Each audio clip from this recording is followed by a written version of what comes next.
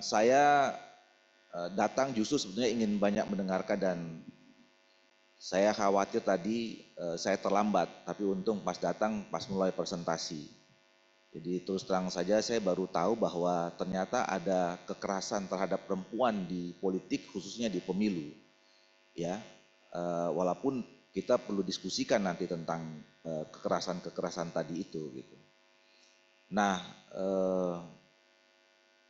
saya kira kalau kita tadi bicara tentang kekerasan yang seperti tadi contoh yang pertama dimunculkan adalah ketika seorang perempuan diajak rapat sampai malam, ya, terus kemudian ada bahasa kalau komplain nggak mau rapat sampai malam nanti nomor urutnya terganggu, ya.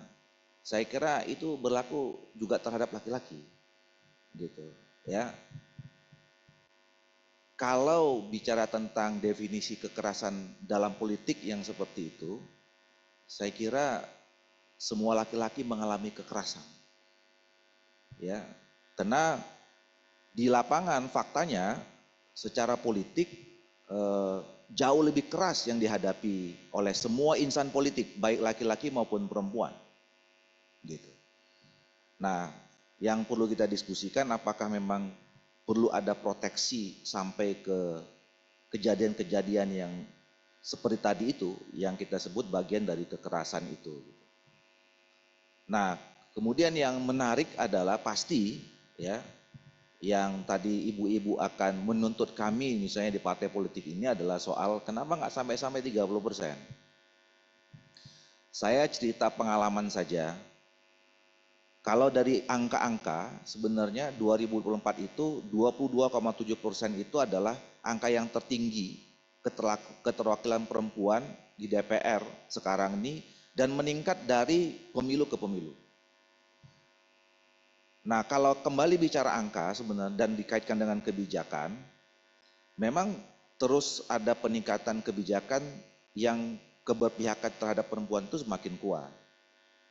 Dulu misalnya ada dorongan dan ditampung dalam undang-undang bahwa calon itu dari satu daerah pemilihan harus ada keterwakilan minimal 30% perempuan. Dalam 2 pemilu terakhir ini lebih kuat lagi komitmennya. Diatur ya dalam 3 calon itu harus ada 1 perempuan.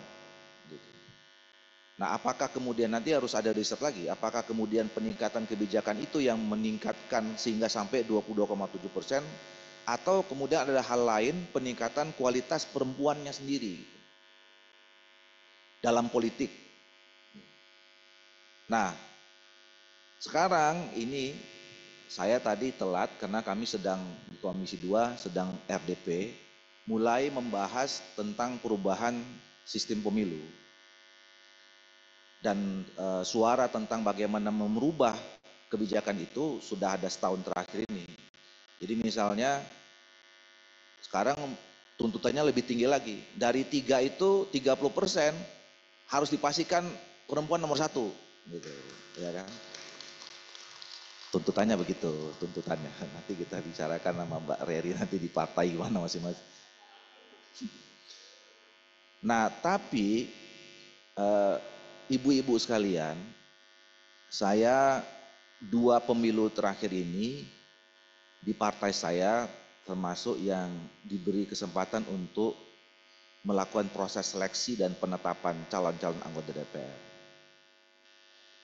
Jujur saja saya mengatakan untuk nyari caleg perempuan itu susahnya luar biasa ibu-ibu sekalian. Nggak mudah. Ya. Pertama, belum tentu banyak orang yang mau jadi caleg atau terjun di politik. Perempuan yang mau jadi caleg atau yang mau terjun di politik. Ya. Sehingga kebijakan nyari 30% itu pun saja ya, itu kita kesulitan. Akhirnya ya diada-adakan gitu. Diada-adakan. Memang ada perubahan 2024 sama 99 kemarin. Kalau 1999 Bu, saking kita sulitnya mencari itu, bahkan masing-masing anggota DPR itu yang TA-nya perempuan itu kita dorong jadi caleg. Saking sulitnya. Nah, kemudian yang kedua, begitu sudah kita calonkan, ya tadi minta ada jaminan. Jaminan pasti saya akan dapat jadi anggota DPR. Dan bentuk jaminannya kemudian adalah proteksi politik, implementasi kebijakan politik di lapangan, dan bantuan dana.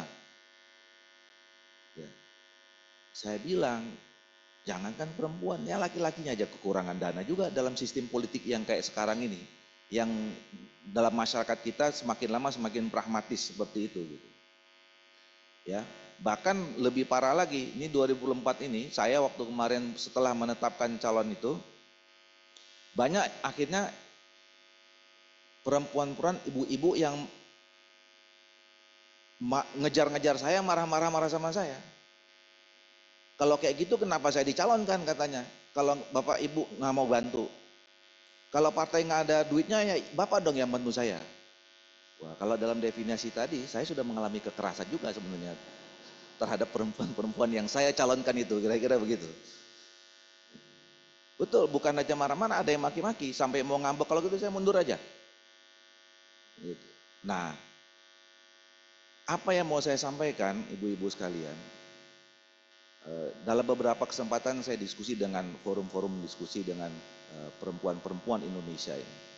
Memang kita harus lebih banyak lagi, lebih giat lagi menciptakan perempuan-perempuan hebat seperti yang tadi kita sebutkan itu.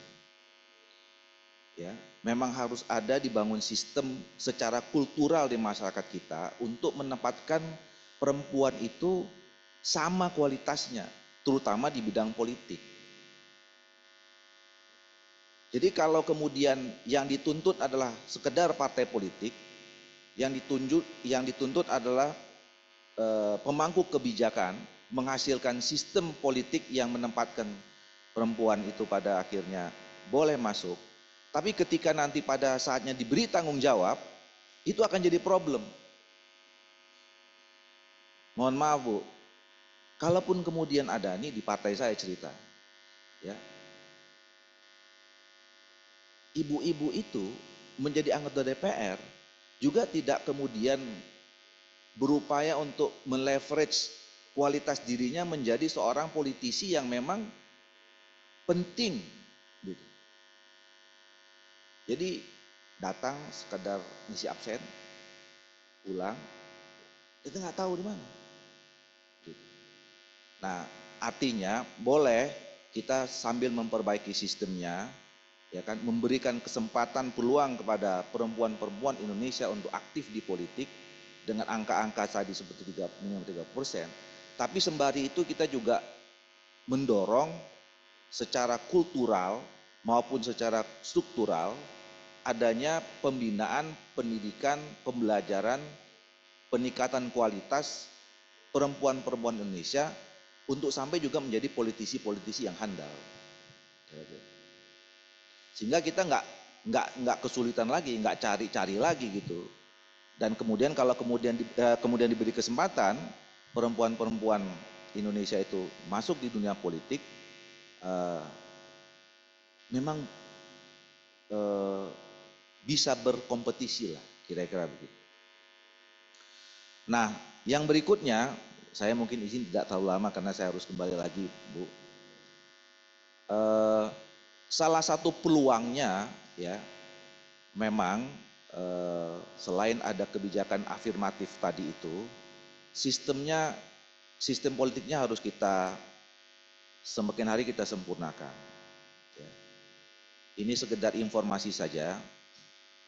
Saya sejak 5 tahun yang lalu di Komisi 2 sampai sekarang memperjuangkan agar kita melakukan penyempurnaan sistem politik dimulai dari sistem pemilu kita.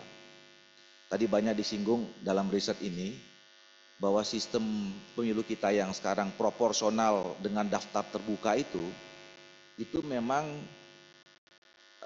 semacam kita masuk sebuah rimba politik yang kita harus saling membunuh, ya. Dan saling membunuhnya itu 2 kali. Jadi sistem politik kita, sistem pemilu kita begitu. Jadi kita dalam tanda petik ya, berkompetisi sebenarnya. Kalau bahasa yang ekstrimnya saling membunuh gitu, saling mengalahkan. Jadi selain kita saling mengalahkan rival kita di luar partai kita juga harus saling membunuh sesama dalam partai kita.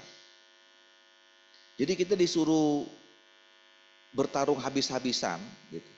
Yang tadi saya katakan, jangankan perempuan, laki-laki aja belum tentu kuat ngadepin yang kayak begitu gitu.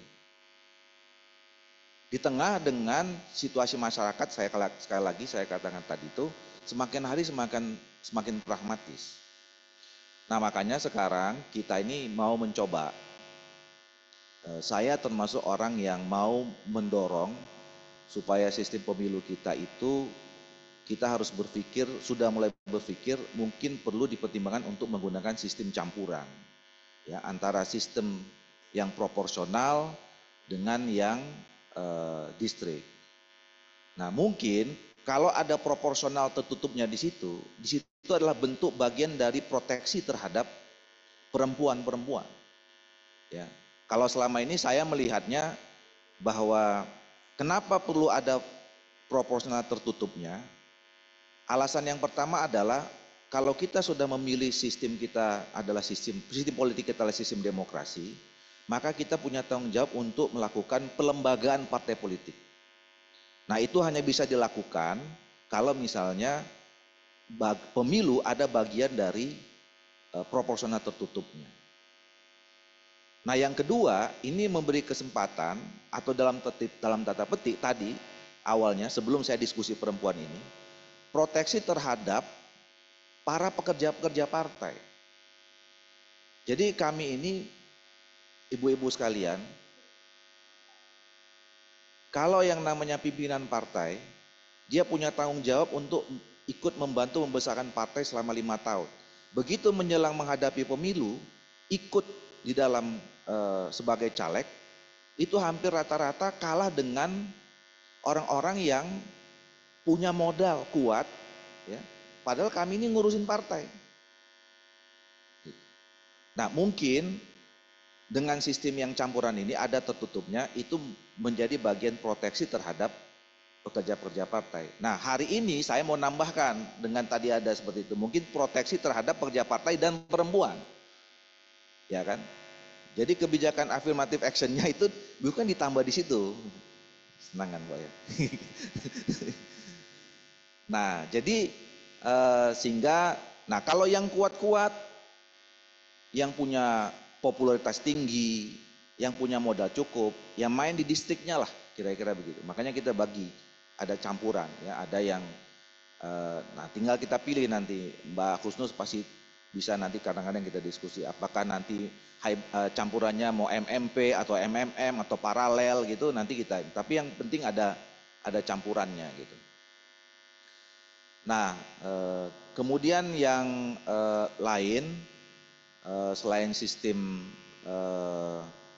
pemilunya, kita juga mau mendorong perubahan sistem pemilu atau penyempurnaan sistem pemilu harus diikuti dengan sistem penyempurnaan sistem kepartaian kita. Nah, saya mendorong supaya revisi undang-undang pemilu itu harus satu paket dengan revisi undang-undang partai politik. Nah, partai politik ini juga harus peka, tadi kan ada rekomendasi gitu, harus peka terhadap keberadaan perempuan. Walaupun tingkat proteksinya nanti bisa kita diskusikan, ya seperti yang tadi rekomendasikan, partai politik harus ini, harus itu. Nah, mana yang harus, mana yang setengah harus, mana yang perlu didiskusikan, kira-kira itu nanti. Tapi paling tidak partai politik juga punya concern, ya. Nah, termasuk tadi yang saya katakan. Jadi kalau saya katakan bahwa kita harus membangun sistem kultural dan struktural, menjadikan perempuan-perempuan Indonesia ini menjadi perempuan-perempuan yang hebat, bukan hanya tanggung jawab perempuannya, tapi juga tanggung jawab partai politik. Ya, partai politik kan juga sebagai bagian dari pembelajaran dan pendidikan politik masyarakat. Jadi pembinaan, pembelajaran politik itu harus mengikut sertakan isu perempuan di dalamnya. Nah, mudah-mudahan dengan seperti itu ya kita tidak perlu diskusi lagi tentang violence against women in politics, ya. Walaupun buat saya hari ini baru, ya. Oh ternyata ada rupanya kekerasan terhadap perempuan di dalam politik. Jadi saya terima kasih buat saya, ya, buat kami di DPR yang sekarang sedang mulai menyempurnakan undang-undang pemilu dan mudah-mudahan sampai ke undang-undang partai politik. Ini informasi yang baru dan bagus buat kami supaya nanti bisa undang-undang kita atau sistem politik kita, sistem demokrasi kita bisa lebih kaya dan bisa mewakili semua kelompok masyarakat Indonesia termasuk perempuan. Terima kasih, itu saja yang bisa saya sampaikan.